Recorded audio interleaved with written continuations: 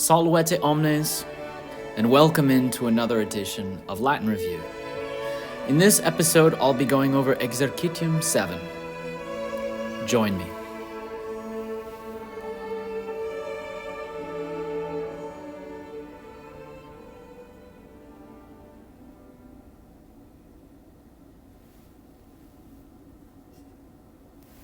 Hello and welcome in. Now, as I understand it, some of you were able to finish this exercise over the weekend. Others of you are just finishing it tonight and then checking in on the review video. So I'm going to quickly go through the first 5, which we went through together in class, or perhaps it was the first 7, and then a little more slowly go through the remainder. Number 1, Davus et Ursus, qui dominum vehont, jam feci blank. Jam feci sunt. Now we know that it's sunt for a couple reasons. One, the subject is Davus et Ursus, so it's plural, and it's third person. It's not addressing you or talking about us. It's saying that they are tired.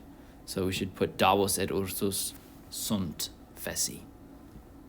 Davus et Ursus qui dominum vehont is a relative clause, qui dominum vehont, who carry their master. Jam feci sunt. Number 2, Cyrus et Leander sacos vehont. Blank nondum feci blank. Now remember that this PRON means that it's asking for you for the corresponding pronoun that goes with the verb. So first of all, who's it talking about? Again, it's talking about Cyrus and Leander, so it should be sunt. They are not yet tired, nondum feci sunt. And the pronoun for they is e. They are not yet tired. Now, technically, it is included in sunt. You don't need to say e, but it adds extra emphasis that they're the ones doing it. And also, it helps to memorize these two things together, the pronouns and the corresponding verb forms, which is why the exercise always includes them together. Number 3, nos feci sumus. Right? We are tired. None vos feci estis. Remember that nos means we, so it goes with we are, and vos means you, so it goes with you are. Aren't you all tired? Cire et Leander. Cyrus, nos feci non sumus. Cur vos feci estis. Ursus, nos feci sumus. Quia dominus gravis est. So we are tired because quia dominus, so here's a new subject, est gravis, because the master is heavy. Davus, st, dominus dormit. Is quoque fessus est. So here, it's referring to the dominus. It's saying, shh, be quiet. Dominus is sleeping. He is also tired. Ursus, is qui vehitor fessus esse non potest. This one's a little trickier. It's saying he who is carried is not able to be tired. It's talking, the clue is that it's not talking about you or we, it's talking about whoever is carried, the person who is carried. So it's third person, and we know it has to be singular because of the ending fessus. It would be feci if it were plural. So we know it has to be is id, and it has to be singular. He who is carried is not able to be tired. Is qui vehitur fessus esse non potest. Servi, qui dominum portare jam non possunt. So the servants who are now not able to carry the master, non possunt portare dominum. And so it's servi, which must be third person plural. They are not able. Lecticam in via ponunt. This also gives it away. They put the lecticam in the road. So possunt is needs to match the person of ponent. It's third person plural. Dominus excitator, right? The master is awakened. Number 9, Julius. Cur hic consistimus, ubi sumus, right? Very common exclamation in adventure films or mysteries. Where are we? Ubi sumus. Davos. In monte sumus. We are in the mountain. Jam te portare non possumus. Now, and then this is the key. Te is accusative. It would be tu if it were nominative. So it's the object of portare because it's accusative. So you know that what it follows is something other than an address to you. So instead it's we are not able to carry you. O Domine. O Master. Julius. Quid me portare non potestis?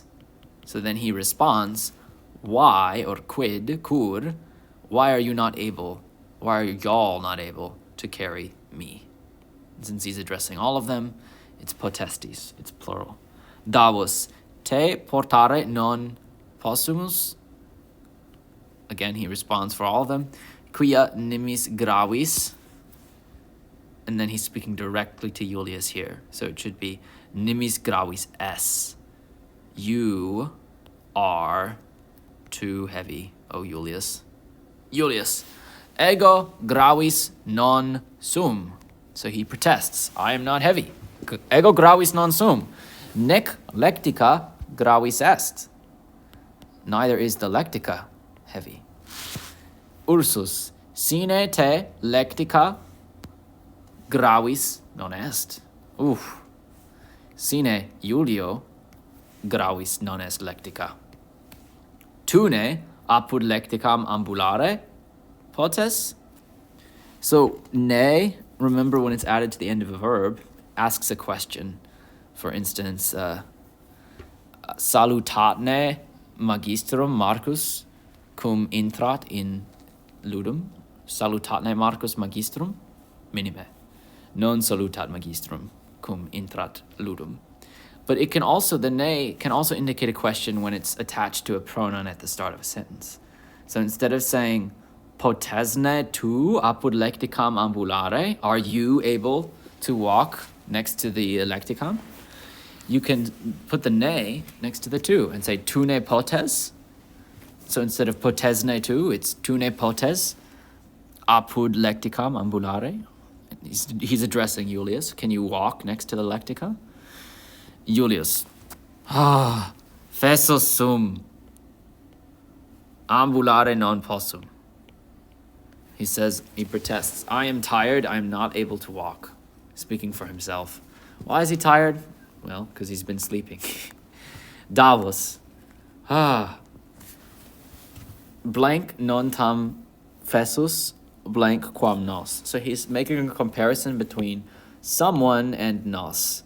And he's probably comparing Julius to them. And he's talking to Julius, so he's probably saying, you are not as tired as we are. So he's saying tu, which means you, singular. Non tam fessus es, you are not as tired. Quam nos sumus. Oh, could I talk? You are not as tired as we are. Julius. Verum dicis, ego non tam fessus sum. Right, ego goes with sum. I am not as tired. Quam vos, quam y'all estis. Vos is plural. Sed ego dominus sum. Vos servi estis. So what is he saying? Yes, you speak the truth. I am not as tired as y'all, quam vos, as y'all are. But, sed ego, but I am the master. Sed ego dominus sum, and y'all vos servi estis, and y'all are servants. Well, see how understanding and forgiving Julius is. Bene. I hope that this was helpful for you as you reviewed this exercise. And if you do have any questions about it, or if there's any you're uncertain of, please be sure to flag me when I come around and check your work in class tomorrow. Take care and have a great evening.